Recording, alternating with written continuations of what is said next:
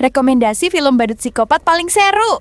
Film psikopat badut sering meninggalkan kesan mengerikan berkat sosok antagonisnya yang tak biasa. Sosok badut yang tampil sebagai pembunuh dingin dengan wajah penuh cat dan senyum palsu yang mencekam. Dan inilah dia daftarnya.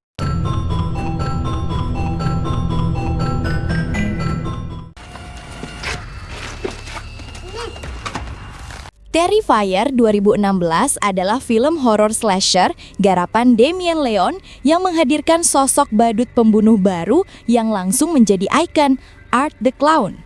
Film ini mengikuti dua perempuan muda yang menjadi target sadis badut pembunuh tersebut pada malam Halloween. Tanpa banyak latar belakang atau penjelasan, film ini langsung menjerumuskan penonton ke dalam malam penuh darah, teror, dan kekerasan ekstrim. Yang membuat Terrifier menonjol adalah keberaniannya tampil brutal tanpa kompromi. Art the Clown diperankan dengan luar biasa menyeramkan oleh David Howard Thornton, bukan sekadar pembunuh biasa. Ia dingin, penuh gaya teatrikal, dan tampak benar-benar menikmati setiap penyiksaan yang ia lakukan. Tanpa dialog, Art menjadi simbol kekacauan murni, perpaduan antara komedi hitam dan mimpi buruk. Secara visual, film ini mengingatkan pada horor klasik tahun 1980-an. Pencahayaan redup, efek praktikal yang kasar namun efektif, dan suasana yang kotor serta mencekam.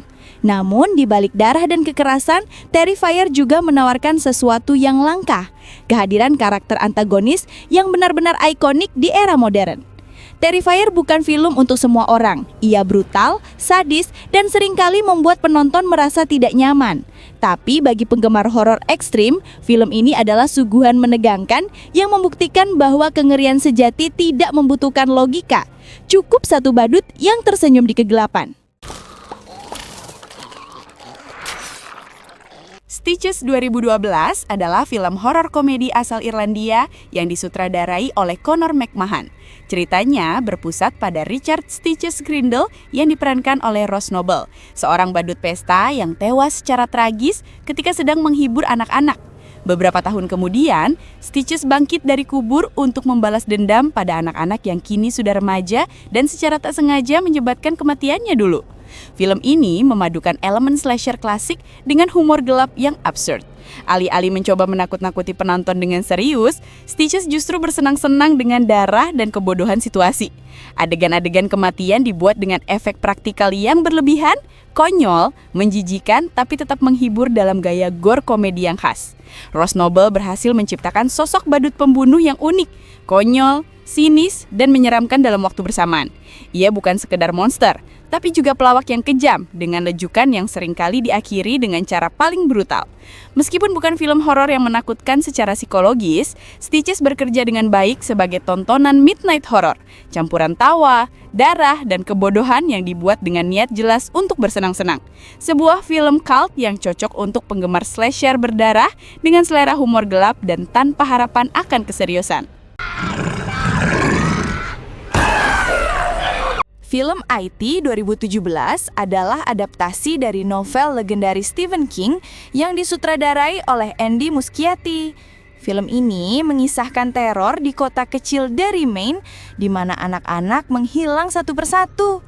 Sekelompok anak yang menyebut diri mereka The Losers Club mulai menyadari bahwa semua kejadian itu berkaitan dengan sosok mengerikan bernama Pennywise the Dancing Clown, badut iblis yang muncul setiap 27 tahun untuk memangsa ketakutan anak-anak.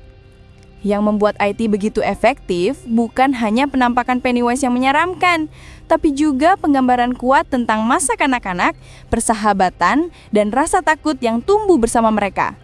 Film ini memadukan horor supernatural dengan drama remaja yang hangat, membuat penonton peduli pada setiap karakternya.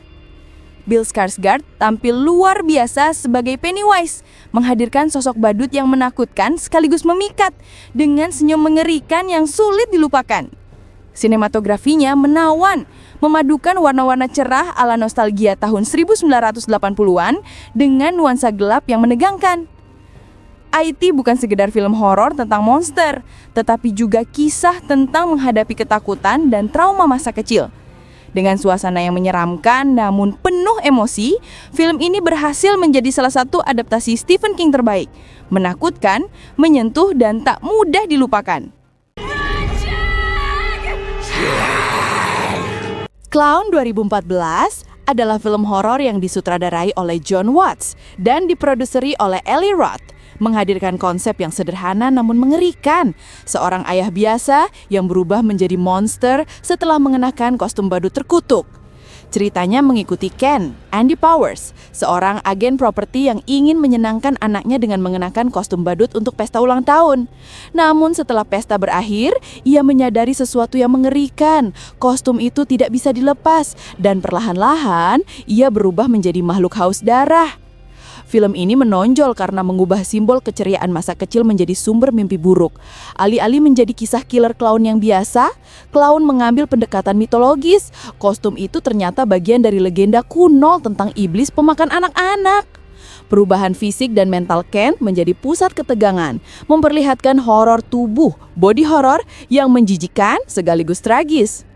Andy Powers memberikan penampilan yang menyayat hati, seorang pria yang berjuang melawan iblis di dalam dirinya, sementara keluarganya perlahan menjauh karena ketakutan. Dengan efek praktikal yang mengerikan, atmosfer kelam dan nada serius yang konsisten, clown terasa lebih menyeramkan daripada sekedar film badut pembunuh. Pada akhirnya, clown bukan hanya tentang kostum iblis, tetapi juga tentang kehilangan kendali dan pengorbanan dalam bentuk paling gelap. Sebuah kisah horor yang sederhana, namun meninggalkan rasa tidak nyaman jauh setelah film berakhir. Baduet 2015 adalah film horor Indonesia garapan Awi Suryadi yang mencoba memadukan elemen horor klasik dengan karakter badut pembunuh yang menyeramkan. Ceritanya berpusat pada Dika, Andi, dan Trista, 3 penghuni rumah susun yang diguncang serangkaian kematian anak-anak misterius. Setiap korban memiliki kesamaan. Sebelum meninggal, mereka terlihat bersama seorang badut. Dari sinilah teror dimulai. Sosok Baduet muncul, membawa kutukan dan rasa takut ke lingkungan yang penuh ketegangan. Film ini berhasil membangun atmosfer mencekam dengan latar rumah susun yang gelap, sempit, dan kumuh, menciptakan rasa klaustrofobik yang efektif. Awi Suryadi menonjolkan suasana urban Indonesia yang realistis, jauh dari kesan buatan, sehingga kengerian terasa lebih dekat dan personal. Meski jalan ceritanya tidak sepenuhnya orisinal, Baduet punya kekuatan pada visual dan karakter badutnya yang menyeramkan dengan riasan sederhana namun efektif. Musik latar dan pencahayaan turut memperkuat ketegangan, membuat beberapa adegan benar-benar menegangkan. Secara keseluruhan, Baduet adalah upaya berani dalam genre horor Indonesia yang saat itu jarang mengeksplor tema killer clown. Film ini mungkin tidak sempurna secara naratif, namun cukup efektif menghadirkan rasa takut yang melekat, membuat penonton berpikir 2 kali sebelum mempercayai tawa seorang badut.